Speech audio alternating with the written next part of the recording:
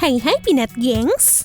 Sepertinya bukan negara China ya namanya, kalau nggak melakukan berbagai gebrakan ambisius, termasuk mengubah gurun atau dataran yang tandus menjadi lahan hijau yang punya manfaat ekonomi bagi daerahnya. Pada tahun 1994, sebuah dataran tinggi yang terletak di Provinsi Shaanxi, China, yaitu dataran tinggi Lowes, adalah dataran tinggi yang sangat tandus. Luasnya mencapai 640.000 km persegi, namun dalam proyek penghijauan ini hanya 5% atau sekitar 35.000 km persegi lahan yang akan direstorasi. Seorang filmmaker dan ekologis, John D. Liu, diminta untuk mendokumentasikan proses penghijauan di dataran tinggi itu yang dipimpin oleh peneliti China bernama Li Rui.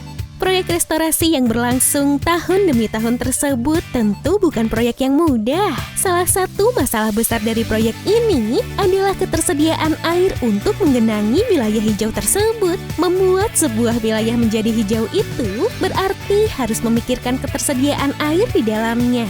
Namun, semua tantangan itu pun dapat dilalui dan warga yang tinggal di dataran tersebut bisa merasakan manfaatnya. Daerah hijau pun perlahan menutupi dataran tinggi Lowes dan mengangkat 2,5 juta warga China dari kemiskinan. Proyek ini pun tergolong sukses dan terus dilanjutkan hingga 2050. Melihat kesuksesan dataran tinggi Lowes, sekelompok peneliti yang tergabung dalam organisasi non-profit bernama The Weather Makers juga ingin mengikuti jejak Li Rui dan kawan-kawannya ini guys. Tisha de Hoeven dari Belanda, pemimpin dari organisasi ini, ingin mengubah gurun Sinai menjadi daerah hijau layaknya dataran tinggi Lowes. Saat ini, semenanjung Sinai terlihat dari peta udara tampak tandus dengan warna coklat.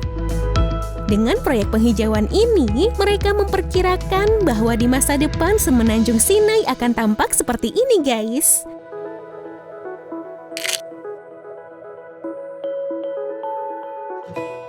Semoga berhasil deh dengan proyeknya.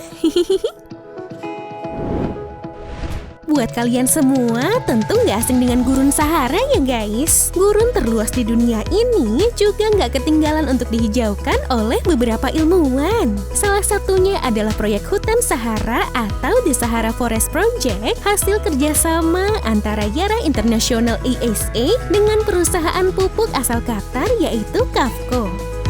Proyek ini pun telah beroperasi sejak Desember 2012 dengan nilai pendanaan mencapai 5,3 juta US dollar atau 75 miliar rupiah di atas lahan seluas 10.000 meter persegi ini. Nantinya akan dirancang untuk memproduksi makanan, air, dan energi dalam waktu bersamaan. Mereka menggunakan panel surya untuk memproduksi listrik, air laut yang diubah menjadi air tawar sebagai sumber airnya, dan budidaya tanaman tradisional seperti gangga dan sayuran sebagai hasil akhirnya. Wah, keren juga ya guys, jadi ramah lingkungan gitu. Kalau penghijauan satu ini layak banget ditiru nih guys buat pasangan-pasangan di seluruh dunia. Pasangan suami istri Sebastião Salgado dan Lelia de Luis membuat gebrakan untuk menghijaukan kembali hutan di kampung halaman rumah mereka di Minas Gerais, Brazil. Salgado yang saat itu telah pensiun bekerja sebagai fotografer merasa terkejut ketika melihat hutan di kampungnya telah hancur digunduli. Mereka pun membeli beberapa lahan di sana dan istrinya berpikir untuk membuat hutan tersebut kembali seperti dulu lagi. Pasangan ini pun mendirikan Instituto Terra yang bertujuan untuk merestorasi 17.000 hektar lahan agar kembali keadaannya. Setelah itu, dengan dibantu berbagai relawan, sebanyak 4 juta bibit pohon pun ditanam pada lahan ini guys. Perjuangan itu pun bukan tanpa tantangan. Pada awal masa-masa penghijauan, tanah pada lahan tersebut sangat kering dan selama setahun gak turun hujan sama sekali.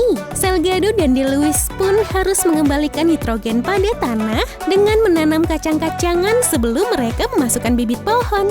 20 tahun kemudian, jerih payah itu terbayarkan dengan lahan seluas 17.000 hektar kembali hijau lestari. Wah, salut deh! Nah guys, itu tadi informasi yang dapat TSP bagikan kepada kalian semua. Jangan lupa subscribe dan like video ini ya. Sampai jumpa and have a nice day.